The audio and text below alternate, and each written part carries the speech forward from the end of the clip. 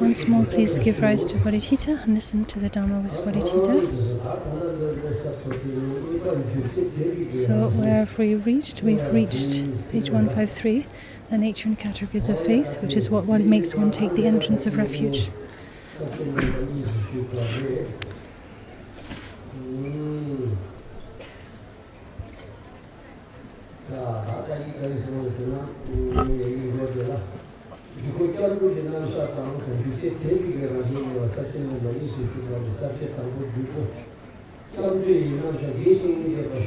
So, we've covered the previous sections, which gave us a detailed explanation of refuge and the nature of refuge. Now we come to an explanation of the nature and categories of faith.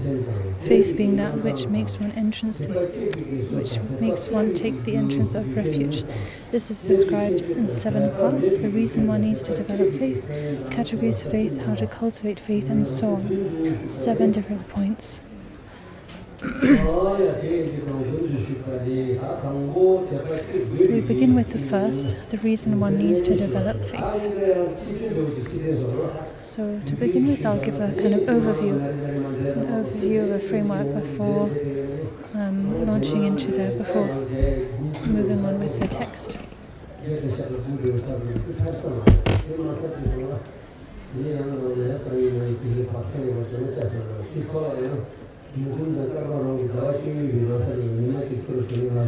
So I'll give an overview before we move through the text. We're having to move quite fast through the text because we have to get through a certain number of pages each day in order to finish on time. Otherwise it will be quite difficult for a lot of people. We've already had to extend the program by 1 day because of the Mugum Kamarong Losa, or New Year celebration.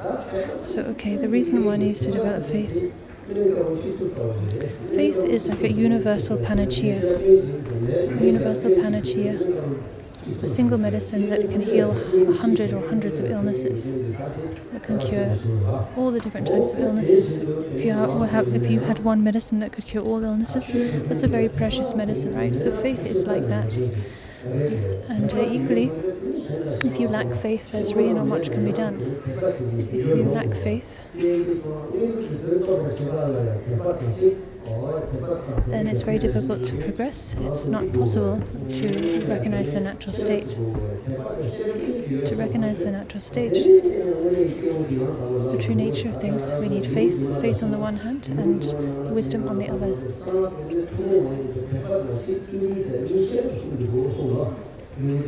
So in the 7 chapters, prayer to Guru Rinpoche, in 7 chapters, I think in the chapter of King Tristan Desuno Yeshe Tsoke, it said there are 3 main qualities one needs when practicing the Vajrayana: faith, diligence, and wisdom or insight.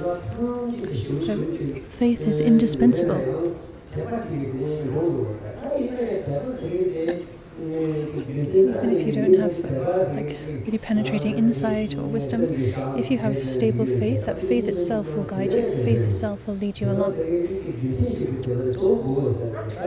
That's why when we talk about faith, there are different types of faith, like vivid faith, eager faith, confident faith. Ideally, we need a faith that is rooted in reason, that understands the reasons for having faith.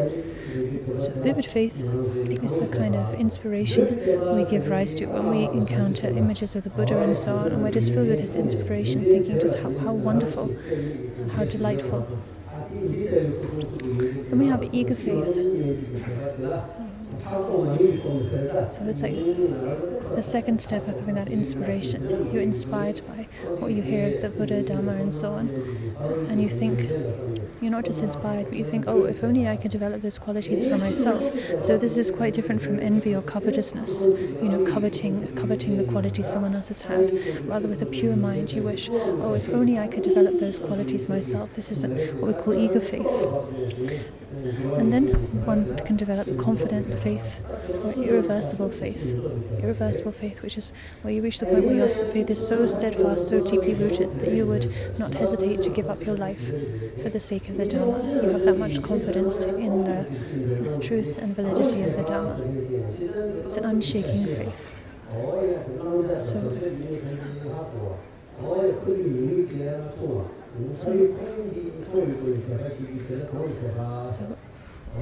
vivid faith, this faith first arises when we come to learn about what is correct and incorrect, what should be adopted, what should be rejected, what are the shortcomings of samsara.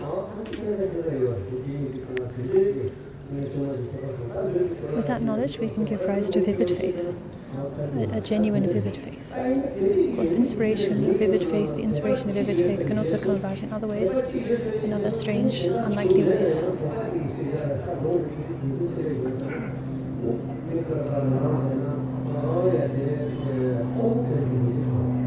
So there's a story about faith, how even if you lack many other qualities, intelligence and knowledge, if you just have stable faith, then that faith alone can lead you along the path.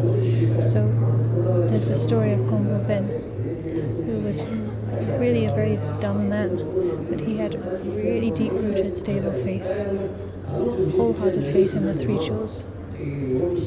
So this story I've told many times in the past. I told it 2 years back when teaching the words of my perfect teacher, and it's a pretty famous story. It's told in the words of it's in the text of the words of my perfect teacher itself. So most of you will have heard this story. In a sense, there's no need to repeat it. But that said, there might be some new people who haven't heard it. And then in any case, even though we've heard this story many times, it seems we haven't really taken it to heart. Hasn't really made a deep imprint within us. So let's tell this story again. Ngondro Ben, this dumb but faithful man, traveled to Lhasa on pilgrimage. So it's said that the area of central Tibet,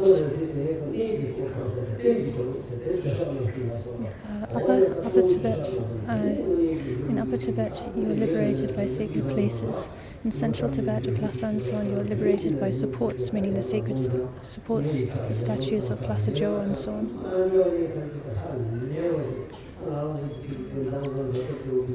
There are these extraordinarily sacred statues like the Jo in Lhasa and so many others in Lhasa and the surrounding area. It really is so rich with sacred supports.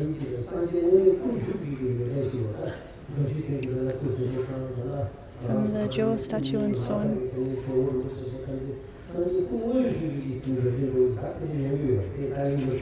that statue is like the Buddha in person.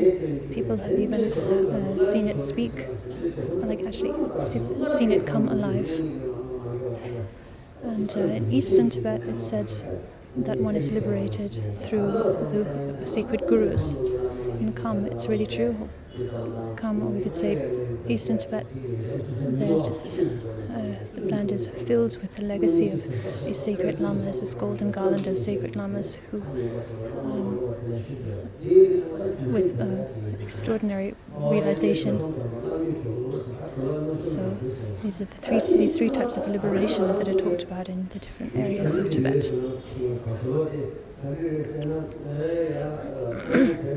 So Ngondro Ben came to Lhasa, the area where one is liberated by the sacred supports.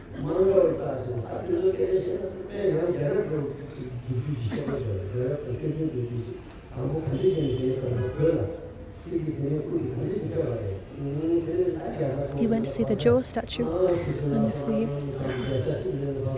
and there's the Jo statue which has been known to speak, which has actually been known to come alive, like the Buddha in person. There's a lot to say about this statue, historically, how it was brought to Tibet, and so on and so forth. So you can read about this in the history of the Jo statue in detail, the Lhasa Jo, in the various annals and histories of Tibet. So it was to see the statue that Ngondro Ben, this man, came to Lhasa. He thought, I must go to see the wish-fulfilling jewel of this Lhasa Jo, this Lhasa Buddha. So these days there are tens of thousands of people, always thousands of people around the Lhasa Jo. But back then it seems that it wasn't a very crowded place, not like it is now. Back then there was no cars or anything, so people couldn't move around so much.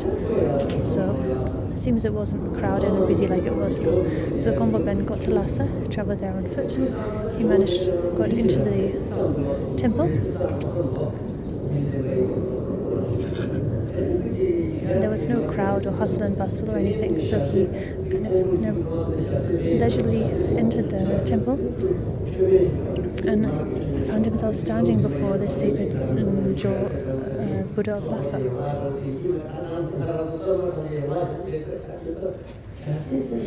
He didn't have this idea that he didn't feel like he was standing in front of a statue. His idea was that he'd come into the presence of a living Buddha. It seems that was his kind of mindset. And probably before the Buddha statue, Buddha statue stood arranged beautiful fresh offerings in the offering bowls, tormas and so on, food offerings. Probably nice and fresh and nourishing, not like the stale torma offerings we arrange these days, which would actually make you sick if you ate them because they've been there for so long. Anyway.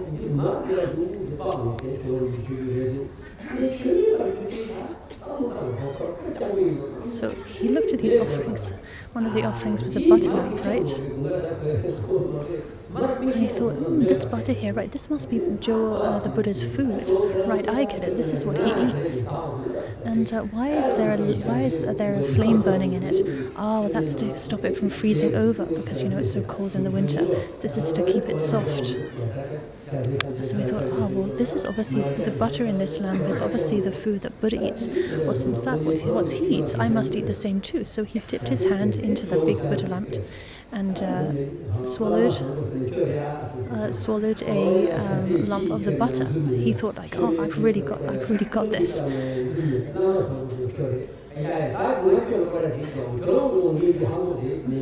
And with a big smile on his face, he looked up at Buddha and he said, "You are the Guru, you are the greatest Guru." And he said, "I'm going to make a circumambulation around you now, and I will take my shoes off out of respect." And he said, "So Buddha, you, my Guru, while I do my 3 circumambulations, please look after my shoes."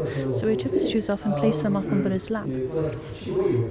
Imagine how stinky his shoes must have been. Back then people barely washed once a year, right? So these shoes must have been reeking. But he placed these smelly shoes up on Buddha's lap, and started doing his circumambulations. Then after some point the caretaker came in and he was shocked. He saw the shrine was all kind of dirty. You could see that someone had stuck their hand into the butter lamp and taken a big lump out of it. And then he looked up and saw that to his horror there were these stinky shoes placed on the sacred Buddha statue's lap. He was horrified. He thought, oh my God, what terrible sinner has come in here and shown such grave disrespect to our Buddha.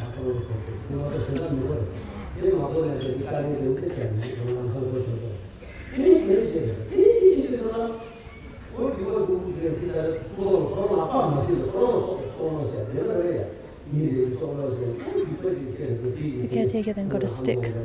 He was too horrified by these shoes to take them by hand, So he got a stick and he put the stick inside each shoe and one by one lifted them off the lamp. And he carried them outside at the end of the stick and threw them outside.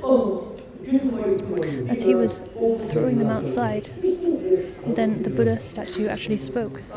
He said, "Oi, oi, don't throw those shoes outside. Hey, I'm looking after those for Ngondro Ben." So this Buddha statue in Lhasa has been known to speak several times. This was the first or the second, I don't remember exactly, but there is a record.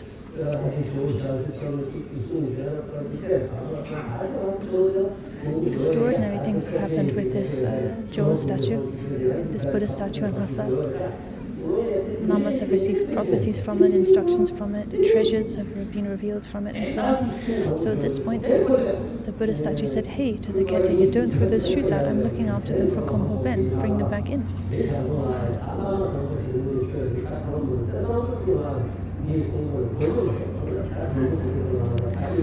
So the caretaker brought the shoes back in, and after some time, Ngondro Ben, having finished his circumambulations, he arrived back. And he saw his shoes were still there. He said, "Oh, my great, kind teacher, you really are such a kind teacher. You've even looked after my shoes for me." I said, "I thank you so much. I'm going to go back to my homeland now in Ngondro, which is a district quite far away from Lhasa." And he said, "But Buddha, my guru, you absolutely must come and visit me in my homeland. We have delicious food there and this and that, and please come and be our guest. I'll offer you the best that I have. You must come and visit us." So very happily making this invitation to the Buddha, he then paid his respects and took leave and went off.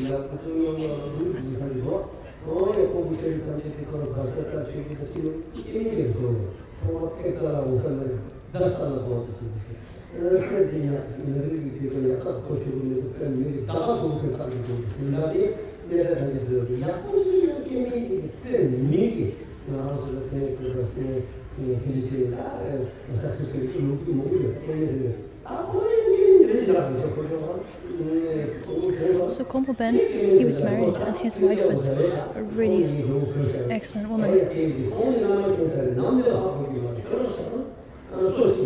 So when he got home, he told his wife what had happened. And he said, "I've invited Buddha, the Lhasa Buddha, back to our house, and he's accepted. He's going to come one day, but we don't know when he's going to come. So we have to prepare for his arrival."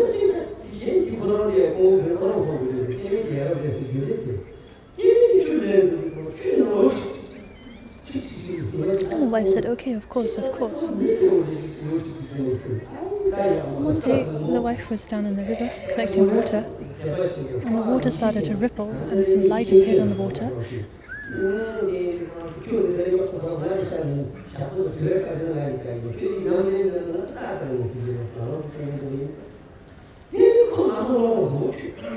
And Buddha appeared in the water. The wife was so amazed and full of wonder. She jumped to her feet, she ran back to the house, and she said, "Hey, my husband, I think that guest you invited from Lhasa, that Lhasa Buddha, I think he's here. Come to the river." So they both ran back to the river, and exactly like that, the Joe Buddha was vividly present right there in the Buddha on the surface, in the river, on the surface of the river. And Ngondro Ben was so thrilled, he just jumped into the river without a second thought, with his shoes on and everything.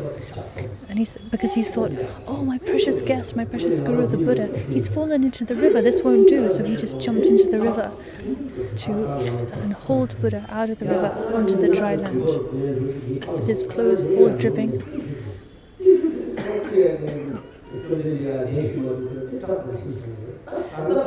So he brought Buddha up onto dry land, and he sat down next to a boulder. And they said, "No, please come to our house."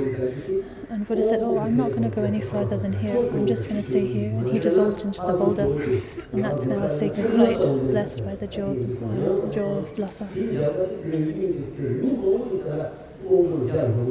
A lot of people to this day go to pay homage to this boulder, this blessed boulder.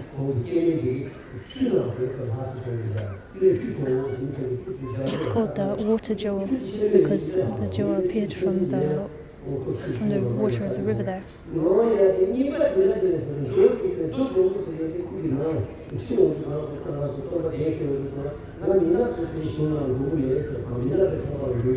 So after they pulled him out of the water, so to speak, then the Buddha said to Ngondro Ben and his wife, he said, "Oh, I don't go into the houses of lay people, so I won't go further than here."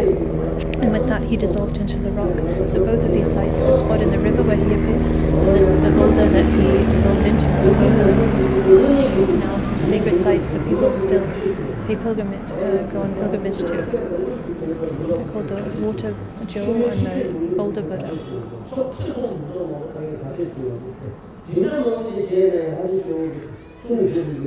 So think about all the hundreds of thousands, millions who've gone to pay homage to the Joe and Lhasa, the sacred Buddha statue. Those who've paid homage to him, made prayers and supplications in that statue's presence, done lots of elaborate practice there. But how many are there who had this kind of interaction with the Buddha? Like Kongpo Ben, he didn't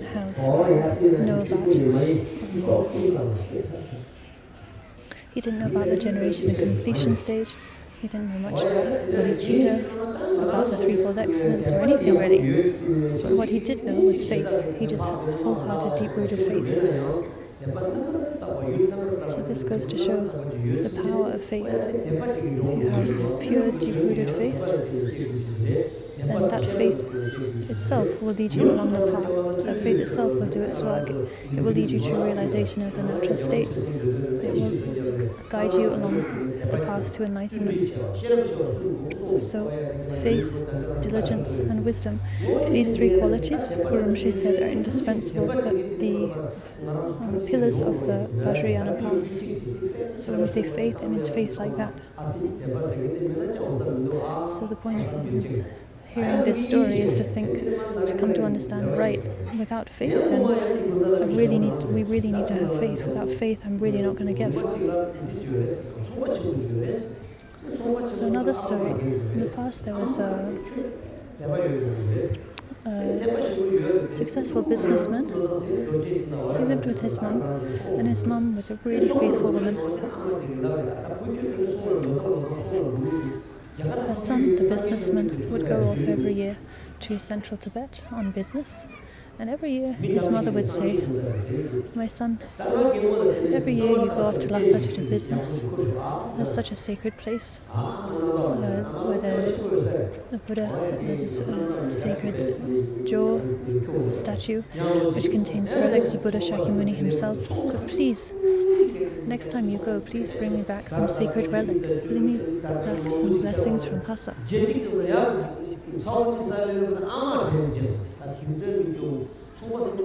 And the son would agree. He'd say, "Of course, Mum, I'll do that for you. I'll bring you something back." But then he'd set off in his business, and he'd just be completely preoccupied by his money making. All he'd be thinking about was his trade of jewels and this and that, and he'd completely forget his mother's wish.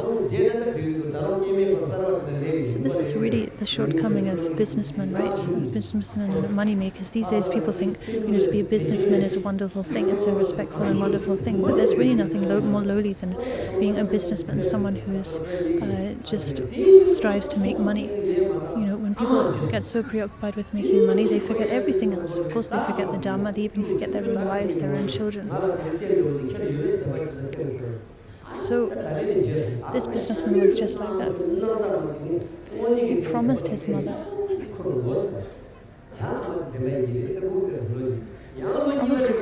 that without a doubt, she needn't worry, he would definitely bring her back some blessings, a support for her practice, a support for her prayer. So the businessman made the long journey off to Lhasa. And then months later he returned, and he'd completely forgotten his mother's request. He came back with lots of profit and goods and this and that, but with nothing for his mother. So this went on and on. Eventually his mother said, okay, so the next year he went again, and the mother said, "Look,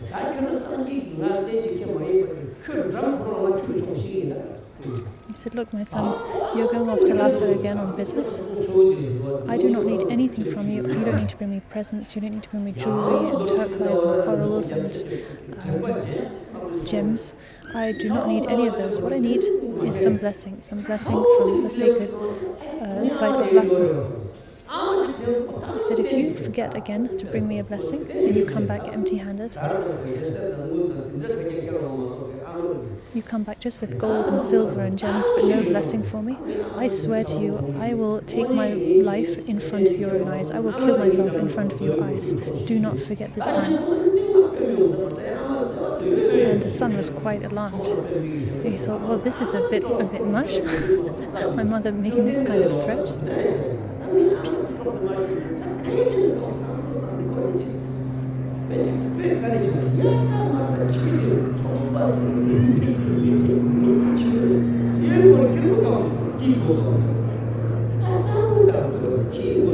So the son said, okay, Mom, I promise this time I won't forget. And off he went again. And just like before, he got so involved in his business, thinking about nothing more than making money, that the months went by. He completely forgot his mother's request, and it was only when he was on his way back months later, as he was approaching his home, that he remembered the request. He thought, oh my God, what am I going to do? You know, she really said that she would kill herself if I didn't fulfill her request. I cannot appear empty-handed in front of her.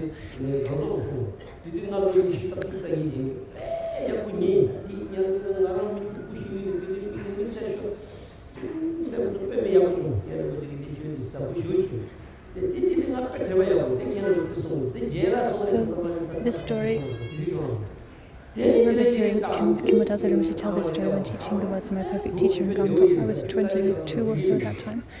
And I was pretty kind of rough young man at the time, but those teachings really moved me. I remember being brought to tears.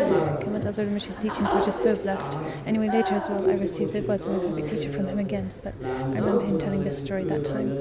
So to continue with the story, the businessman was looking around, you know. He was standing in the middle of this valley, realizing that he hadn't fulfilled his mother's request, and looking around, he saw a skeleton of a dead dog.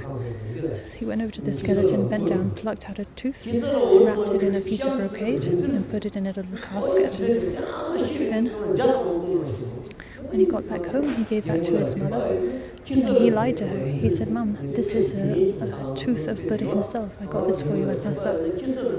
It was actually the tooth of an old dog. And he told his mother it was a tooth of a Buddha. And she was so delighted. She took that as the support for her practice and prayers from then onwards, and prayed so fervently to it day after day. When she died, she displayed wonderful signs of blessing and accomplishment, and the tooth itself, it's actually a dog tooth, right? But the tooth itself emitted light, and relic pills actually appeared from the tooth. That's not because of the power of the tooth itself, it was a dog's tooth, right? But through the power of her faith and her prayers, and the Buddhist blessings appearing in response to her prayer and her faith.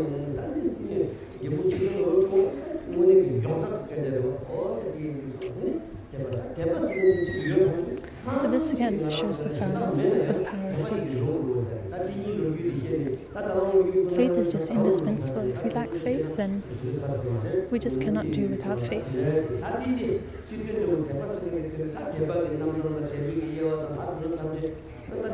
So these stories and these points, I mention them here to give a kind of overview or introduction to this next section of the text, this discussion of the nature and categories of faith. So keep these crucial points in mind as a kind of overview and framework for all the details that we're now going to discuss, the categories of faith and so on, these 7 points. The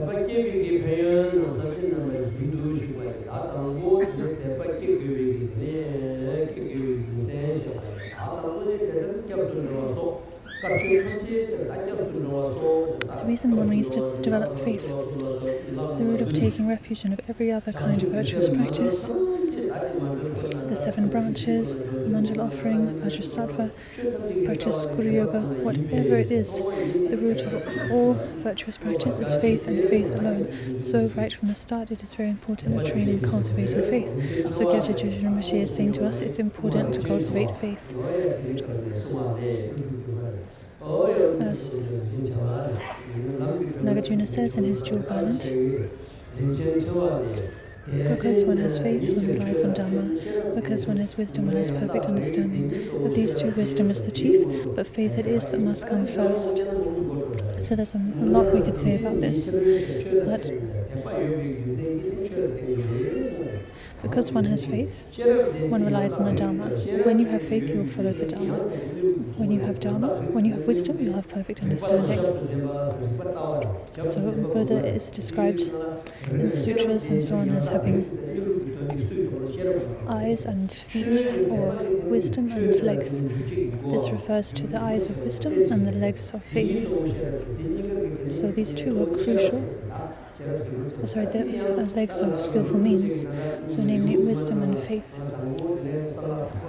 For among these two, wisdom is the chief, but faith it is that must come first. So as Guru Rinpoche said, faith, diligence and wisdom, these are the indispensable qualities for the Vajrayana path.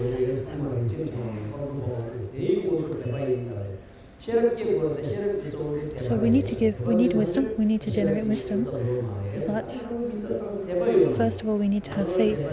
Without first having faith, we cannot generate wisdom. These days people struggle with faith, right? So people struggle with faith, they have very weak faith, and well, that's probably why people don't make such great progress and things don't always go so well.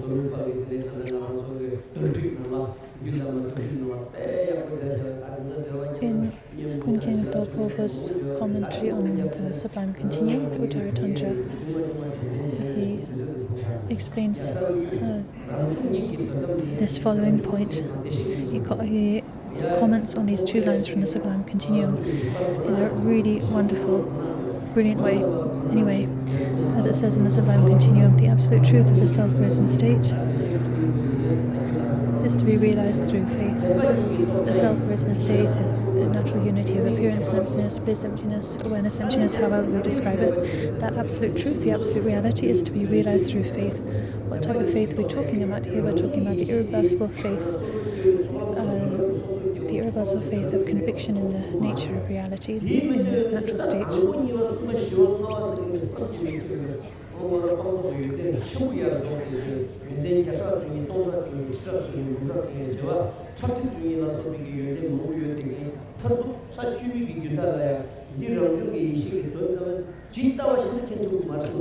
So forget about on the path of accumulation and joining, the paths of ordinary beings, even on the paths of noble beings, the path of seeing and so on from the first Bodhisattva Bhumi up to the 10th, even the last moment of the 10th Bodhisattva Bhumi. Even those noble bodhisattvas who have hundreds and thousands of enlightened qualities, they still have not recognized the absolute truth of the self-risen state exactly as it is. That does not happen until one reaches the state of perfect Buddha. Only then is absolute truth seen in its entirety exactly as it is. And how is this absolute truth realized? It's realized through faith alone. It's irreversible faith.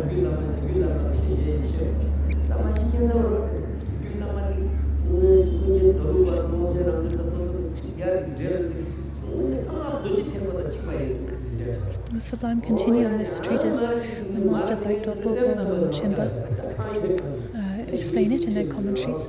They explain it with a certain perspective and with such penetrating insight that they explain it in such a way that it's like they explain it on the tantric level, the highest tantric level. And when other scholars, in other scholars' commentaries on the same text, the Sublime Continuum, they explain it as if it's a Chitta-matra and mind-only treatise and so on. So it depends on the perspective and the wisdom of the commentator, right?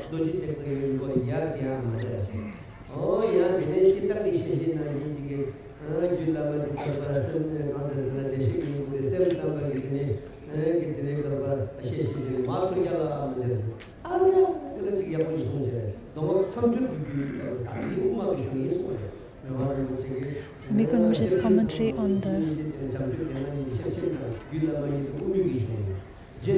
Migron Rinpoche explains the Sublime Continuum. He explains it as a treatise that bridges Sutra and Tantra. It's neither exclusively tantric text nor a exclusively sutra text on the level of the mind-only school and so on, but a bridge between sutra and tantra. He explains it to be a text of the Nijamaka view that bridges sutra and tantra. So that which bridges sutra and tantra, which bridges or unites them.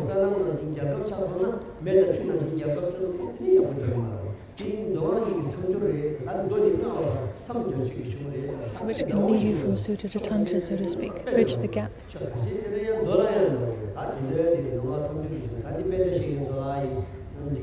So in these points I mentioned for the These points are directed to the scholars here. And for the lay people, then faith, a deep-rooted faith that they have and that they can cultivate, well, that's the most important thing.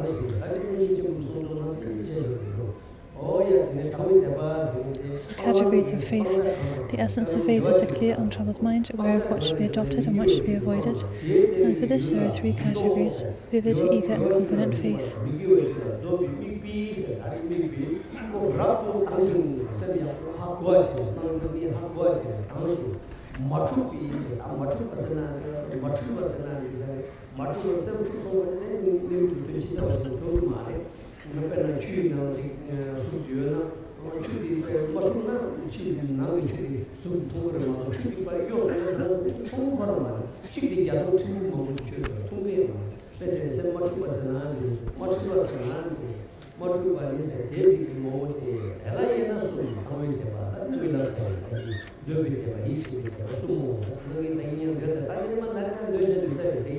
The essence of faith is a clear, untroubled mind, so clear like clear, limpid water, clear and still. When water is still, you can see all the way, say the water of a lake is still, you can see all the way down into the depths of the lake, clearly and unobstructedly. If the water is stirred up, then it becomes like sullied and unclear.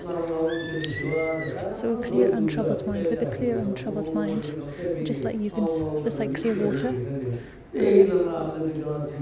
With a clear mind, you can clear see into the nature of things. What is virtue, what is non-virtue, what is correct, what is incorrect, and so on.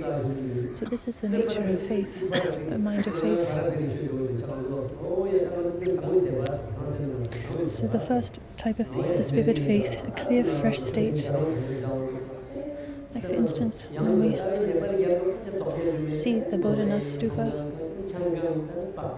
then one is filled with this, it's filled with inspiration. It's like one's mind is just washed clean. Although that said, these days the Bodha these days is the Kora is surrounded by shops and restaurants and people drinking tea and chatting and doing business, so that's quite just all that hustle and bustle is not so inspiring. Imagine if all the areas surrounding Bodhanath was actually like beautifully manicured gardens and ponds and so on, like the Bodh Gaya compound. How beautiful would that be? How wonderful would that be? At the moment it's like a marketplace, morning and night. Well, except for like very late or very early, where it's kind of peaceful. All other times of day it's just like a marketplace. Honestly, it's more busy at the stupa than it is in Bhatmatini, the supermarket. So these days when you go to Bodh Gaya and see the Bodh Gaya stupa and you're in that compound, it's just so inspiring, isn't it? So that kind of feeling of inspiration is what we mean by vivid faith. So important to go on pilgrimage. That said, for lay students, if one is a monk or a renunciate, then it's more important and more beneficial to stay on retreat and meditate, apply oneself to practice. But for lay students, pilgrimage is a really important and wonderful thing to do, especially to go on pilgrimage to the 4 major Buddhist sites: Bodh Gaya, Lumbini, Buddha's birthplace; Bodh Gaya, site of his enlightenment, Sarnath, where he first taught the Dharma; and Kushinagar, where he passed into Parinirvana.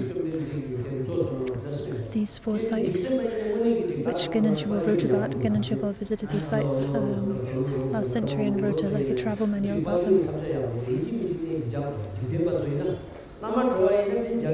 So very important to go and visit these sites, especially if one is a lay student. If one is a monastic or renunciate, more important is to visit the inner Bodh Gaya, meaning one's inner nature of mind through practice, rather than spending one's time going on external pilgrimage. Then we have eager faith. This kind of faith, with this kind of faith, one yearns to be rid of the sufferings of psychic existence. And to those two ends, one is eager to give up what's wrong and adopt what is right. Eager faith induces us to devote ourselves to the sublime Dharma, in much the same way that a desire for wealth is what makes people pursue riches. So if you really value material wealth, well, then you're going to devote yourself to business or to earning wealth, right? If you value the Dharma, then you're going to devote yourself to the Dharma and to developing those qualities.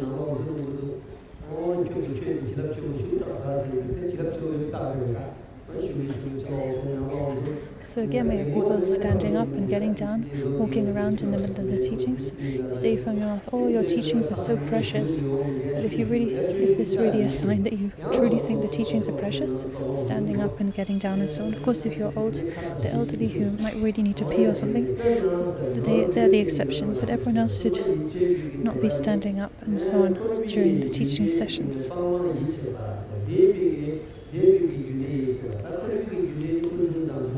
So confident faith implies confidence that cyclic existence and its causes are to be eliminated, confidence that nirvana and its causes are to be adopted. So the truth of origin and suffering that are the cause and effect of samsara, and the truth of cessation and the path that are the cause and effect of nirvana.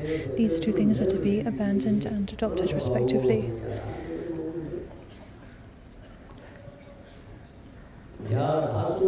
Now, how to cultivate faith. Unless we have faith, however many other good qualities we might have, they will not be of much use to us. By meditating on impermanence 4 times a day and so on.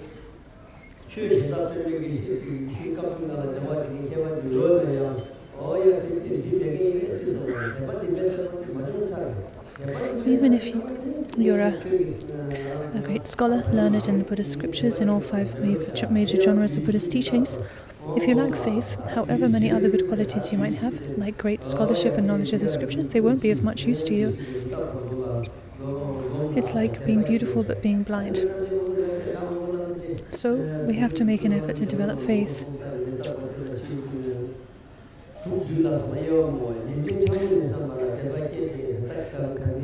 So these and other details about faith are taught in the words of my perfect teacher. You can find those details there. Cultivate faith by meditating on impermanence 4 times a day. By reflecting minutely on karmic cause and effect. And so on. These reflections and meditations all help us to develop faith, to swiftly develop faith. We talk about the 4 mind changings, right? The 4 mind changings or mind transformations. They're called mind changings because if you really take them to heart, they change your mind. Change your mind so that you become a genuine practitioner. It's important to consider that other people are marvelous and to be free of partiality and notions of high or low stages, thus making a habit of faith and taming your own mind. So, boundless purity, boundless pure perception. One needs to have boundless pure perception and faith. And thus you do all you can to develop faith. So, meaning doing all you can to see the enlightened qualities of body, speech and mind in the Guru. So these days, when we look at our teachers, we see faults in the teacher, faults in the teaching, instead of seeing their enlightened qualities. Like these days, we see this tendency with modern scholars and academics, Buddhist academics, who say they are engaging in researching the tantric teachings of this and that scripture, researching Pramana or Abhidhamma or certain tantric scriptures. Academic research is to scrutinize something and question whether it is valid or not, whether it is genuine or not. That's the nature of academic research. It's a process of questioning the validity of something. So this is not to scrutinize the Buddha's teachings in this way is not a good thing. There's nothing positive about that. To scrutinize the Buddha's teachings with a skeptical mind and question whether they're really valid, whether they're really correct or not. It's basically searching for faults in the teachings. It's basically searching for faults. So those who say, oh, I'm researching the Prajnaparamita, that basically means you're looking at the Prajnaparamita to see if there are any faults in it, any shortcomings there.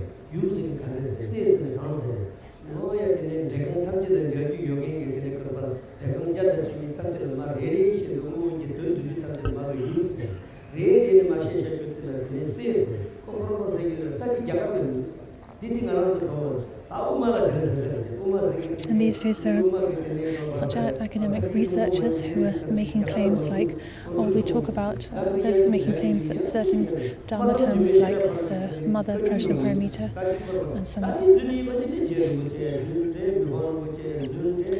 these do not exist in India. They're saying, we can't find them here and there, so actually these never existed in India, they're just Tibetan fabrications, and making these sorts of claims.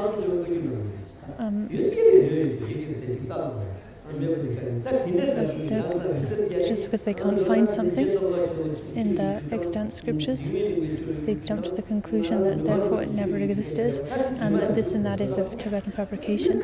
What's the consequence of making such a claim? You're then saying that all of the great masters of all four traditions are liars, are frauds, that their words are false.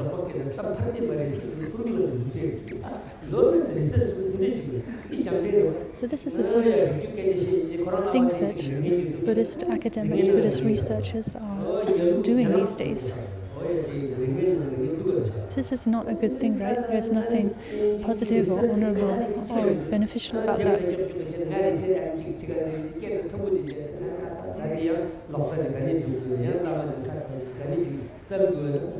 Yeah, you find these sorts of Buddhist researchers here, there, and everywhere these days. People come along holding a book saying, I did this research and published this book.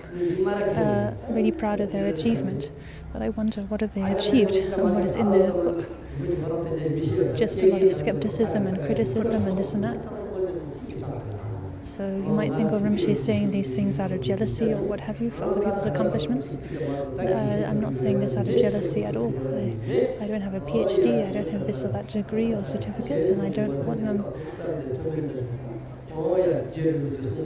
But this is saying this because you see it happening these days.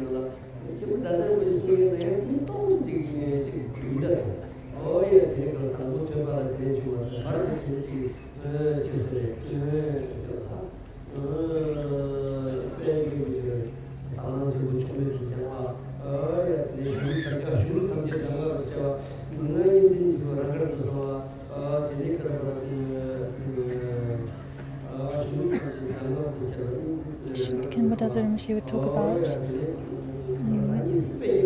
studying all scriptures, all the major treatises, as taking them all as pith instructions for practice, developing pure perception for all of the different Buddhist schools, and at the end, knowing how to see all of those teachings to be without contradiction, to be essentially in harmony. So first engage in unbiased study.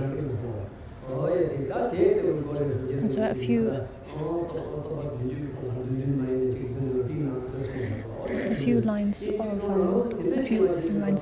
principles, which I think Rinpoche said they are originally from Rinpoche Tsongkhapa, which Khenpo Delso Rinpoche would quote. Anyway, they speak to the importance of having pure perception and being free of prejudice.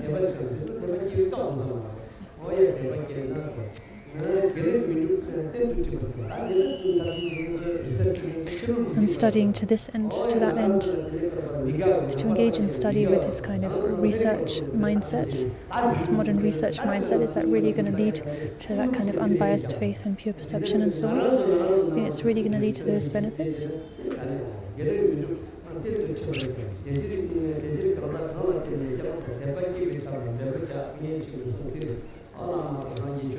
So as the omniscient Dharma Lord Longchenpa said, unless you do all you can to develop faith, you'll never attain perception, but you'll want to constantly in cyclic existence. Therefore, whomever you are following, make every effort to cultivate faith in them.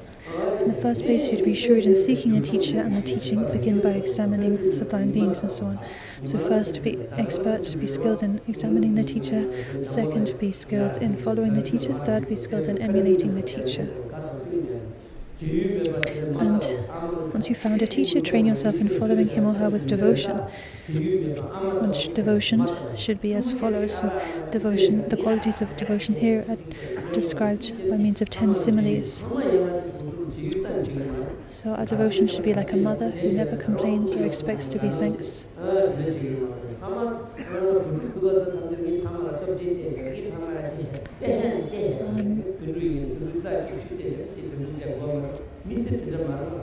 So the love that parents have for their children should be unconditional, and likewise the love that children have for their parents should be conditional. Like a parent needn't boast about the care they've shown their children, right? Likewise, children should not boast or think they've done anything special by caring for their parents. Like, oh, I gave my parents this much money, I did this and that for them. The care should be unconditional and free of expectations.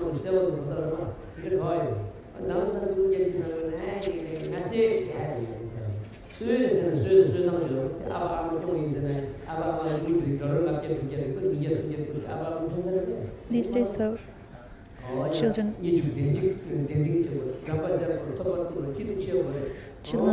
struggle to appreciate their parents' kindness.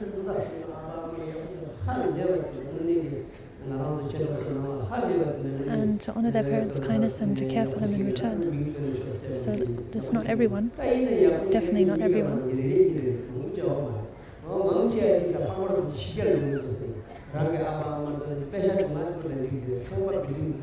But often it's the case these days that children, they don't really care for their parents once they're grown up, once their parents are elderly. Sure, they might give money to their parents, buy them a house, or send them some money or what have you.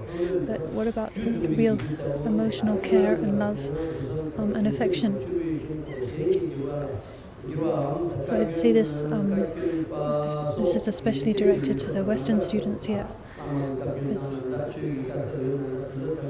it's so important to take care of your parents, and not just take care of their financial material needs, but to show them love and appreciation and care. And that involves time and energy, right? Not just money.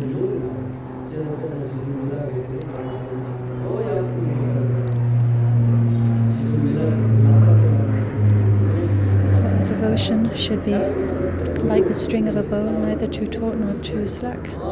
Think of the devotion that Milarepa had, Jitsu Milarepa had for his Guru Mapa Lord Sawa.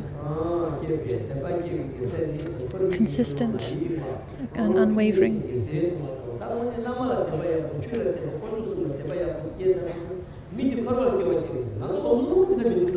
So, really, once one has given rise to faith, once one has really deep-rooted, stable faith in the Buddha, the Dharma, the Sangha, and the teacher, then they will automatically feel weariness for samsara.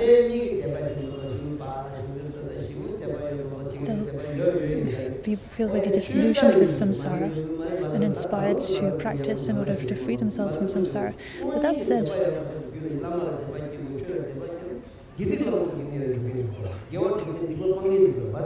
these days, like up in Homla, people have really strong faith in their gurus and so on, like in my late father and so on.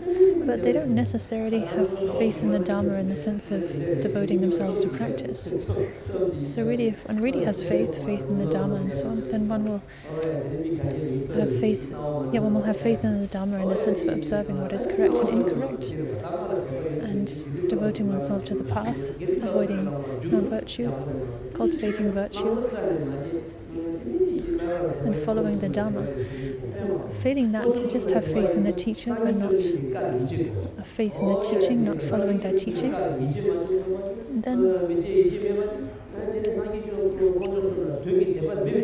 then it shows that your faith is not real faith. Like if you say you have faith in the Buddha, but if you don't then follow his teaching, then it's questionable. Do you really have faith in the Buddha? If you had faith in the Buddha, you would have faith in his teaching and follow it.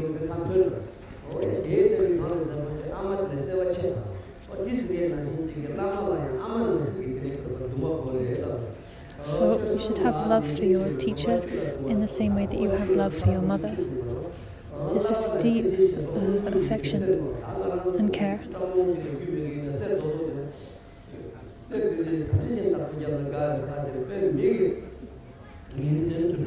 So what are the signs that we've cultivated faith? We reject the deceptive appearances of psychic existence. So that's what we were just speaking about. We ache with devotion and longing for the teacher like a small child yearning for its mother. We throw ourselves enthusiastically into study and reflection like a thirsty person longing for water, and so on.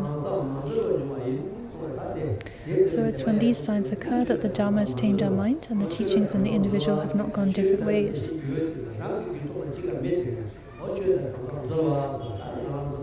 So the teachings in the individual to have gone different ways. This means the teaching does not enter you. The qualities of the teachings don't permeate you or enter you. So when, on the other hand, these signs, as explained above, occur, it's a sign that the Dharma has tamed our mind and the teachings in the individual have not gone different ways, but are merging together. Now, the causes and conditions that make faith grow or decrease. This section is divided into two parts, using the causes that increase faith to make it grow, and recognizing and eliminating the conditions that make faith increase. So how can we increase our faith and devotion? By sincerely following a sublime being, a qualified teacher. When you follow a genuine teacher, just following them, being in their presence, will cause your faith to increase. Like when I spent 10 or so years by the side of my gurus, our faith just naturally grew and strengthened. And now, in the more recent decades, that faith has continued to grow even more. Faith in them.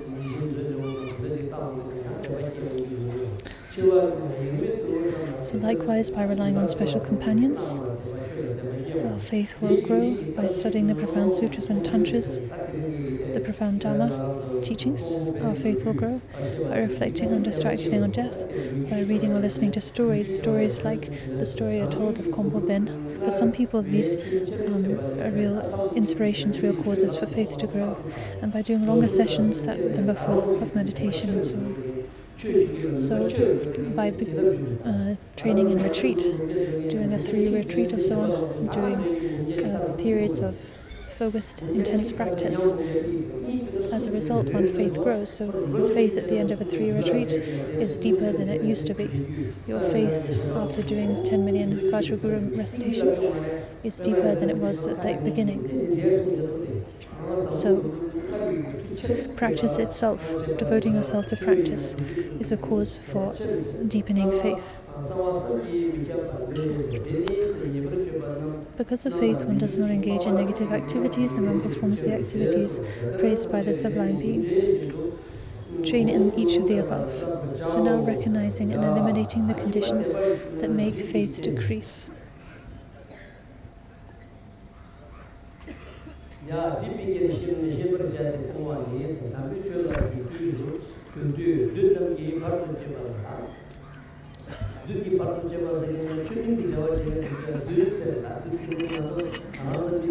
Obstacles, when we say obstacles or negative forces, demon or Mara, we're talking about anything that obstructs one's Dharma practice, not necessarily some external force or spirit. Essentially, the main demon or Mara is one's negative emotions, attachment, aversion and ignorance. This is, after all, the Mara of the afflictions. This is the main Mara, the main demon. that afflicts us. Signs that the demons have entered us, that we find fault in the spiritual friend, our teacher, we see defects in Dharma practitioners. We think, oh, all these Dharma practitioners, they're all fakes, or something like that. Like last year when I went to the US, some people said to me,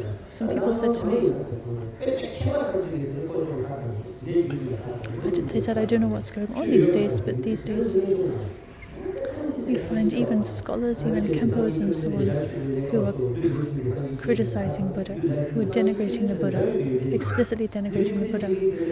So this is the activity of the Maras.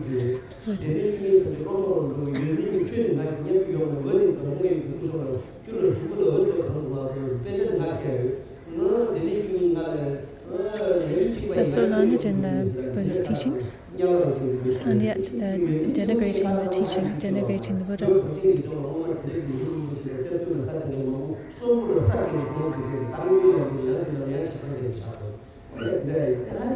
What's the result of denigrating the Buddha and the Buddha Dharma? The teachers and their teachings? It is rebirth in the hell realms, rebirth in the lower realms. To this end, Rinpoche mentioned a few stories of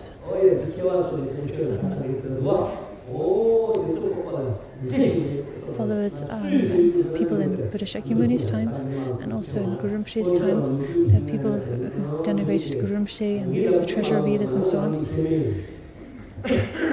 And they've accumulated grave karma through doing that.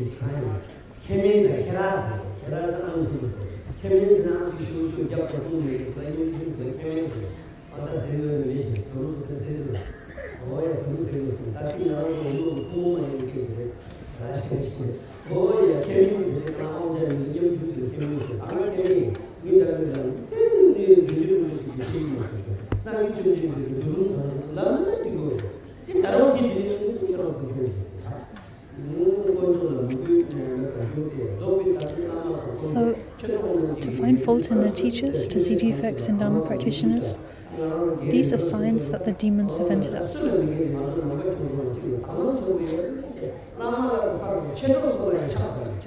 So as Genriksa Rinpoche would say, the pure perception that students of the Namkha Kyungzong tradition have for each other is really special, it's really not found in other traditions. Genriksa Rinpoche would say that. So it's to say that we really need to cultivate pure perception and appreciation for our fellow Dharma siblings. So it seems that in our Namkha Kyungsong tradition, this is kind of a special blessing of the lineage, that students really do have pure perception towards each other. That said, some of the younger generation, the younger students, maybe getting a bit full of themselves or something.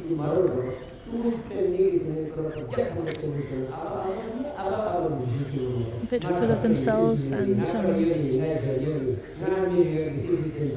thinking they're better than their teachers, they're better than their seniors and so on.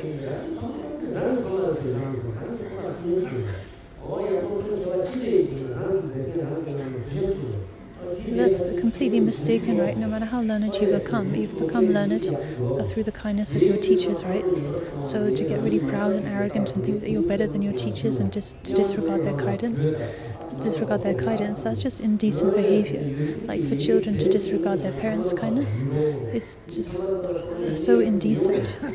We are only where we are because of our parents' kindness, because of our teachers' kindness. So having respect and appreciation for them at all times is so important.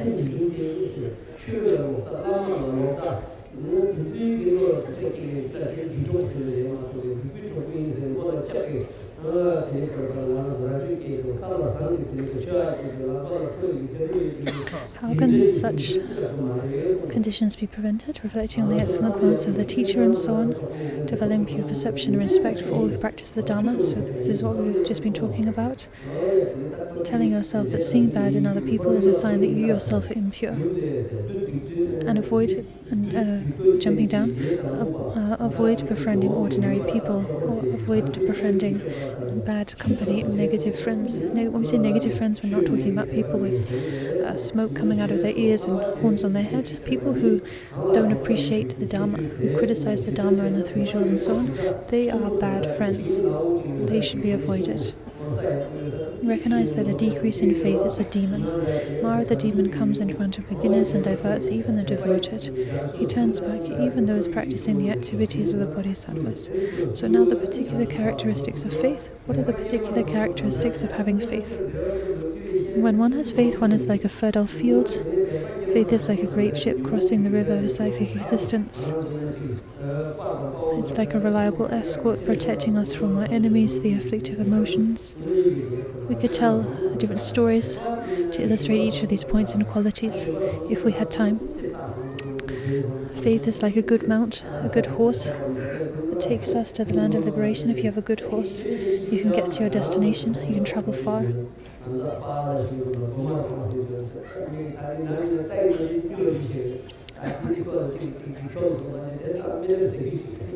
Like my late father, he had a really great horse. This horse who could just take him anywhere. Like once he got on this horse, he could just go anywhere without a doubt. So faith is like a good mount taking us to the land of liberation. It's like a wish-fulfilling jewel accomplishing everything we desire. It's like a mighty hero annihilating all that is non-virtuous.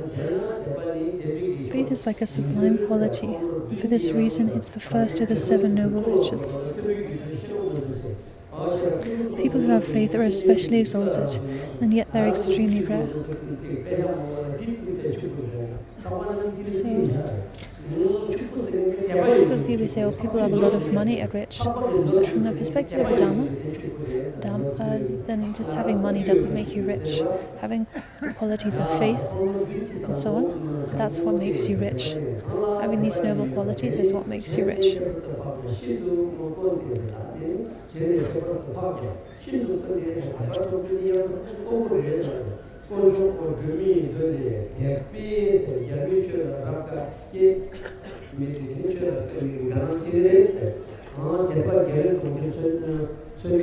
Faith gives birth to delight in the Buddha's teachings. It points the way to the city of happiness and existence.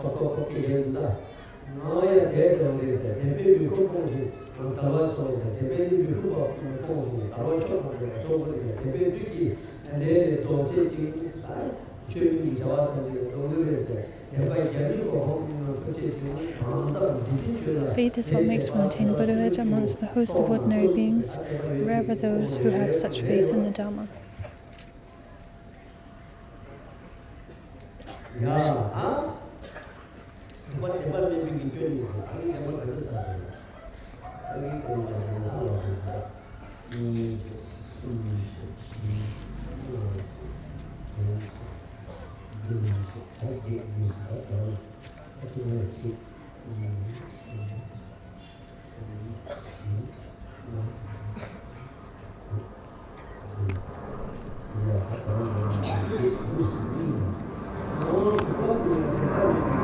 So we'll keep going a bit. The fault in not having faith.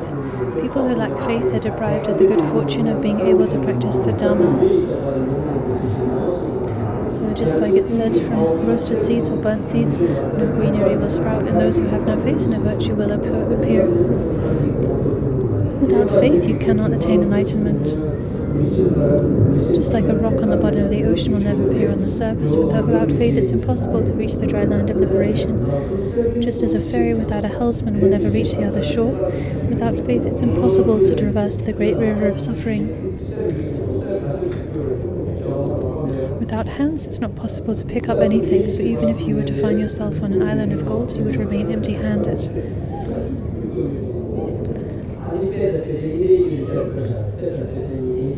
Without faith, it's impossible for the shoot of bodhicitta to grow.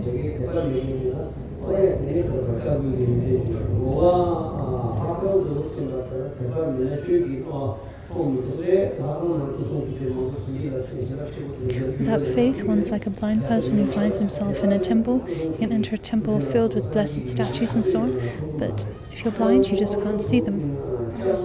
It's impossible to see the light of the Dharma without faith.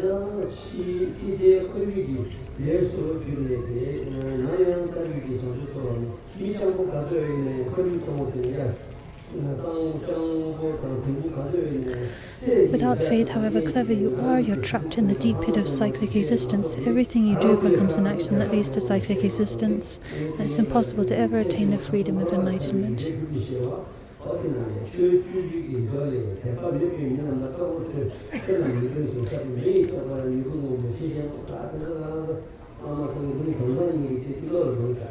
So these lines from the Sutra of the Ten Qualities are quoted so often. From roasted seeds no green eagle will sprout. In those who have no faith, no virtue will appear. So that was about the faults of not having faith. Now the benefits of cultivating faith. There are boundless virtues in cultivating and increasing one's faith. It's the foundation of all virtuous practice. It clears away all the suffering of cyclic existence. It's the first step on the path to liberation, and so on. As a result of faith, the Buddhas and Bodhisattvas will constantly keep you in mind, and this is really true. Think of the story of the old woman supplicating the dog's tooth, thinking it's a tooth of the Buddha. So it's true to even the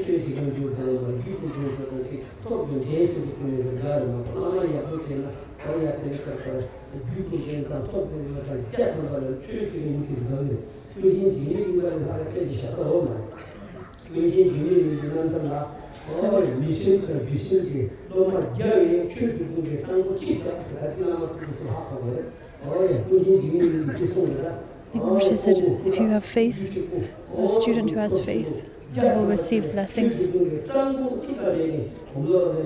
sort of irrespective of the nature of their teacher.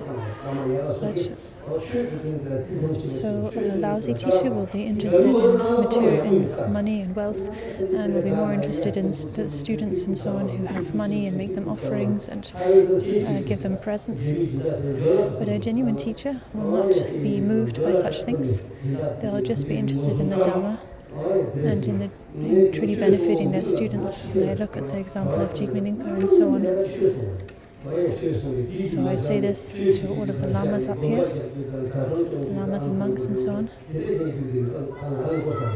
The way that a lama really cares for their students is to share the Dhamma with them and to encourage them in the Dhamma, to teach them, to encourage them in practice, to encourage them in retreat, not just building temples and developing monasteries and doing things. That's not the main thing.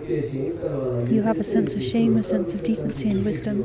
In all your lives, as soon as you're born, you'll meet a sublime teacher, the sacred teachings and spiritual companions. You'll thus be able to practice the Dhamma. So,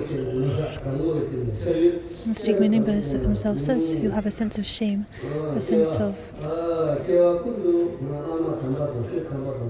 shame and decency. Shame with reference to yourself, and decency with reference to others. Will be protected by those gods who delight in virtue. So, gods who delight in virtue, gods on the white side, like Brahma, Indra, and so on.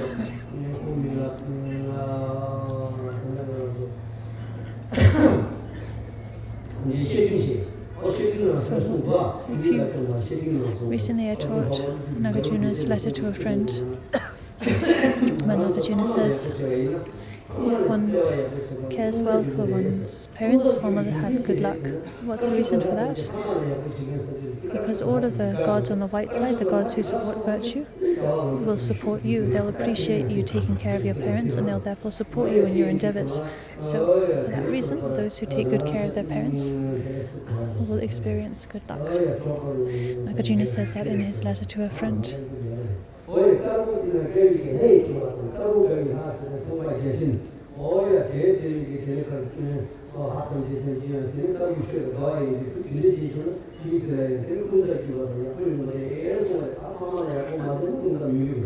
If you don't take good care of your parents, you will not have good luck. So we might think, to have good luck, I need to chant Bachi Lamsal and some Ngondro, these prayers to Guru Rinpoche for dispelling obstacles and fulfilling wishes.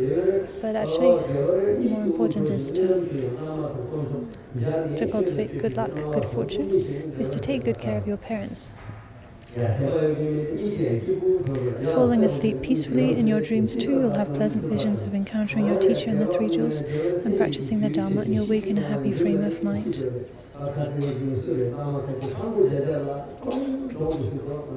Recently we heard of someone up in the mountains who passed away with their palms joined together, like in this gesture of respect. That actually died in that position. Amazing, isn't it? I mean, it's one thing to die sitting up with your legs crossed, but to die with your palms joined.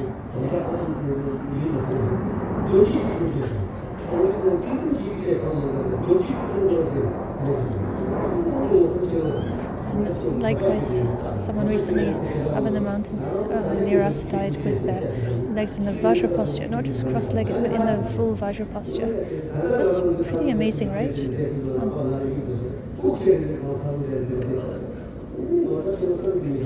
These are amazing things, right? The signs of faith, of having faith.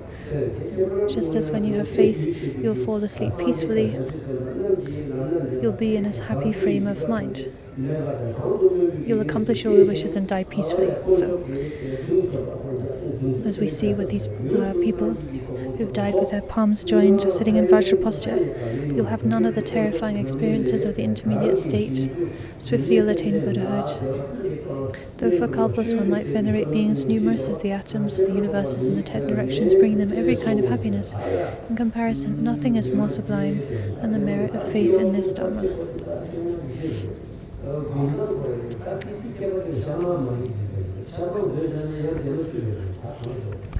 So now we come to the next main section, which is how to actually practice refuge in this specific Ngondro.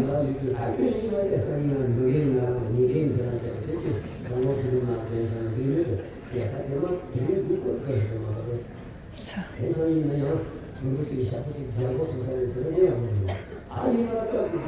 okay, well, we'll continue through this section, even though it's a bit long, but clarification of the points of the training in this case.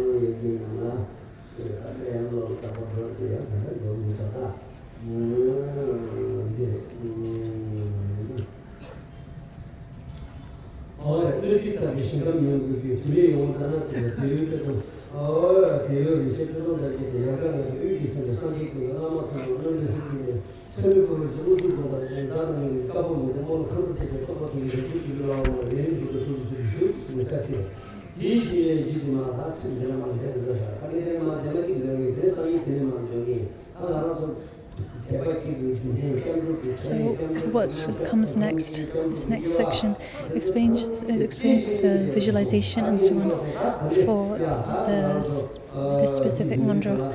So if you in page 163 onwards, we have the liturgy that describes the visualization when going for refuge, the universe with its beings as a delightful pure Buddha field and so on.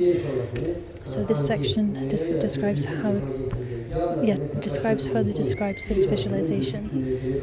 So how we should visualize the refuge tree, the field of accumulation, the wish-fulfilling tree before us with Guru Rinpoche sitting in the center. And all the Buddhas to the right and to the left, the Sangha of noble beings, Shravakas, Pratyeka Buddhas and Bodhisattvas. Below Guru Rinpoche and the branch below him, all of the Yidam deities of the 8 sadhana sections and so on. And above, all the root and lineage gurus, and surrounding these 5 branches, an ocean of 3 roots and refuge objects. With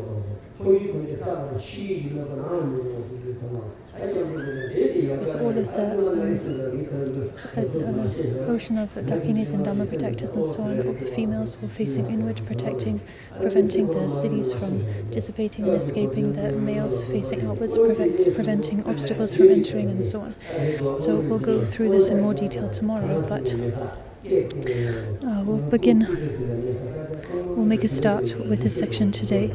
So in a secluded place, sit on a comfortable seat. We're on page 158, and with your body at ease, in the correct posture and your mind utterly relaxed, meditate on the following visualization. So in a secluded place, this means that when we practice, we should practice in a quiet place, a place that's quiet, not busy, not full of distractions. We should sit comfortably with our body and mind both at ease, and visualize as follows. Consider your environment as a vast, pure Buddha field. The ground is even, so consider your environment to be a vast, pure Buddha field, like the glorious copper-covered mountain or Sukhavati.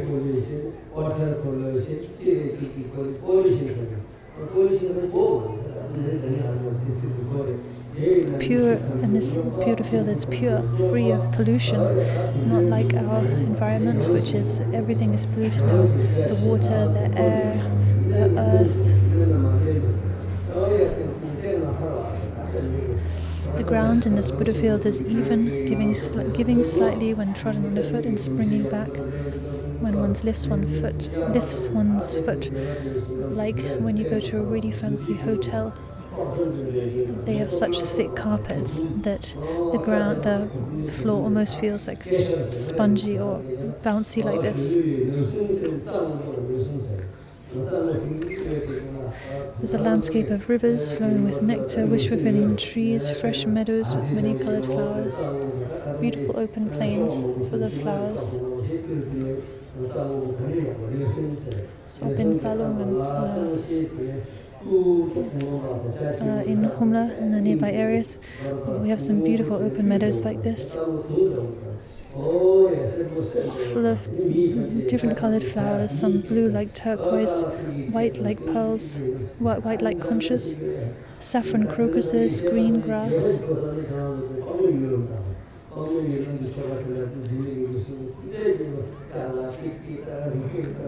So if you want a more detailed explanation of the Pure Realm, you can look at Jigme Rinpoche's Swift Path to the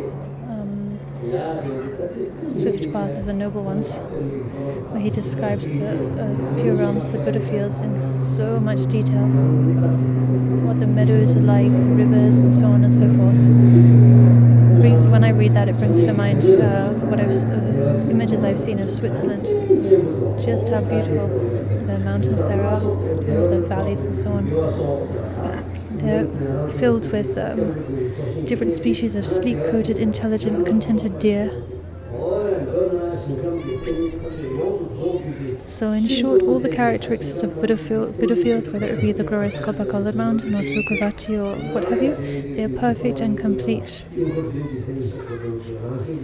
When we talk about the pure Buddha field at the level of the Guhyakapa Tantra and so on, then we talk about the 7 types of mandala, which also pertain or apply to a Buddha field. We won't bring in these details here. In the center of this beautiful Buddha field is an immaculate lake, Dhanakosha. So when Guru Rinpoche appeared in this world, he was born from the lake Dhanakosha. From Buddha Amitabha's heart, light rays radiated out, struck the milky lake Dhanakosha. And Guru Rinpoche was miraculously born without relying on father and mother and needing to be born from the womb. He was born in a lotus on the immaculate lake Dhanakosha. So visualize such a lake with its 8 perfect qualities. So these 8 perfect qualities of water, such as being delicious, not harming the stomach or throat, light, and so on. The waters are full of celestial birds, emitting their lovely calls.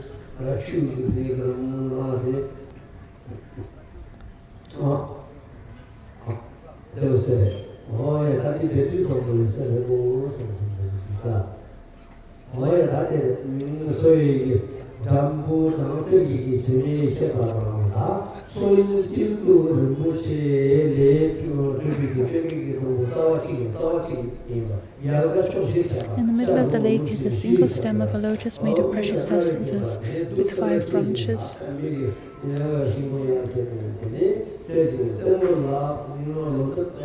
One in the center and one in each of the 4 directions.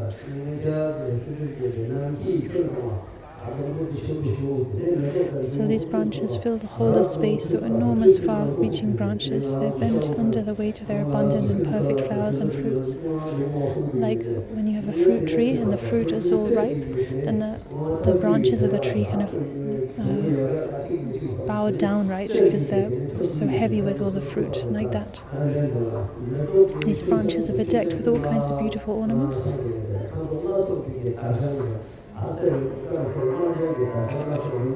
Of all different colors and tassels, like lattice tassel ornaments. So when it says here golden chains, silk hangings, filigree ornaments and so on, then a Tonga mages will be familiar with, will know exactly what these refer to. Gold and silver bells and tinklers, which resound with the sounds of the 4 immeasurables, sounds of loving kindness, compassion, and so on. As to the sounds that the animals make, it said in the mountain, it's like that. In the heart of the central branch of this tree is a broad, lofty throne of jewels supported by 8 great lions, and the middle of that is a multicolored lotus with 1,000 petals. On its full cluster of anthers are cushions of sun and moon, a sun disk and a moon disk, and on top of that a moon disk. So first a lotus, on top of the lotus, or in the center of the lotus, a sun disk, on top of the sun disk a moon disk. There sits the full embodiment of all the Buddhas of the 3 times. Your own gracious root Guru in the form of Guru Nangsizinan, glorious subjugator of appearance and existence. He's white in color, tinged with red, like a conch coated with red varnish.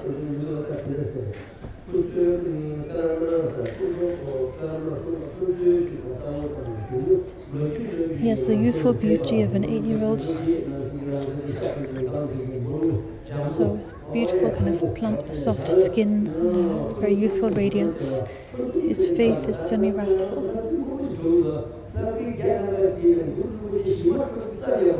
So semi-wrathful. These days there's very few painters who can paint this well.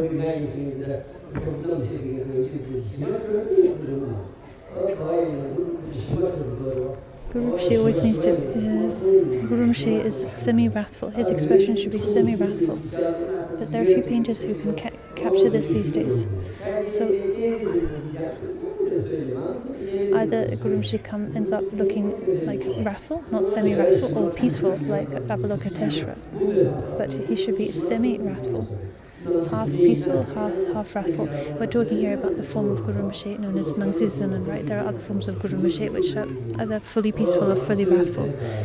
His complexion is radiant. He holds his right hand in the threatening gesture on his right knee, and so on. In his skull cup, in his lap, a skull cup full of nectar with a long life vase.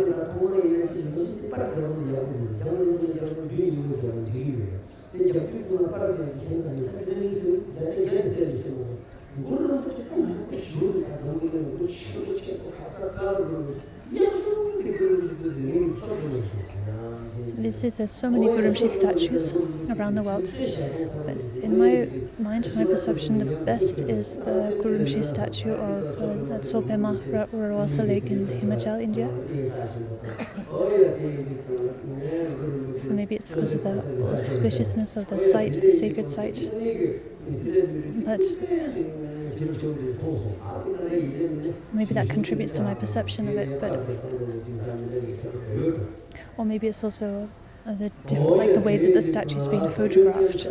I don't know, from distance or close up. But that Guru Rinpoche statue at Sopema seems to me to be like especially majestic and blessed.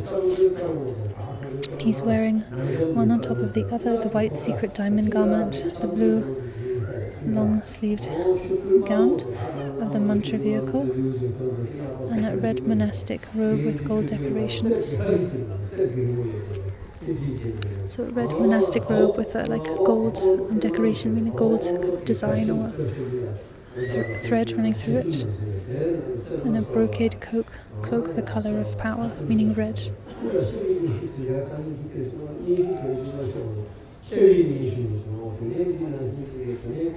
On its head is the resplendent deerskin hat. So, well, I'll explain what that means tomorrow. We'll stop here and continue tomorrow. Sometimes Gurumshi visualize is wearing the lotus crown that liberates one side. So anyway, we'll talk about these details tomorrow. For now, we stop here and dedicate the merit.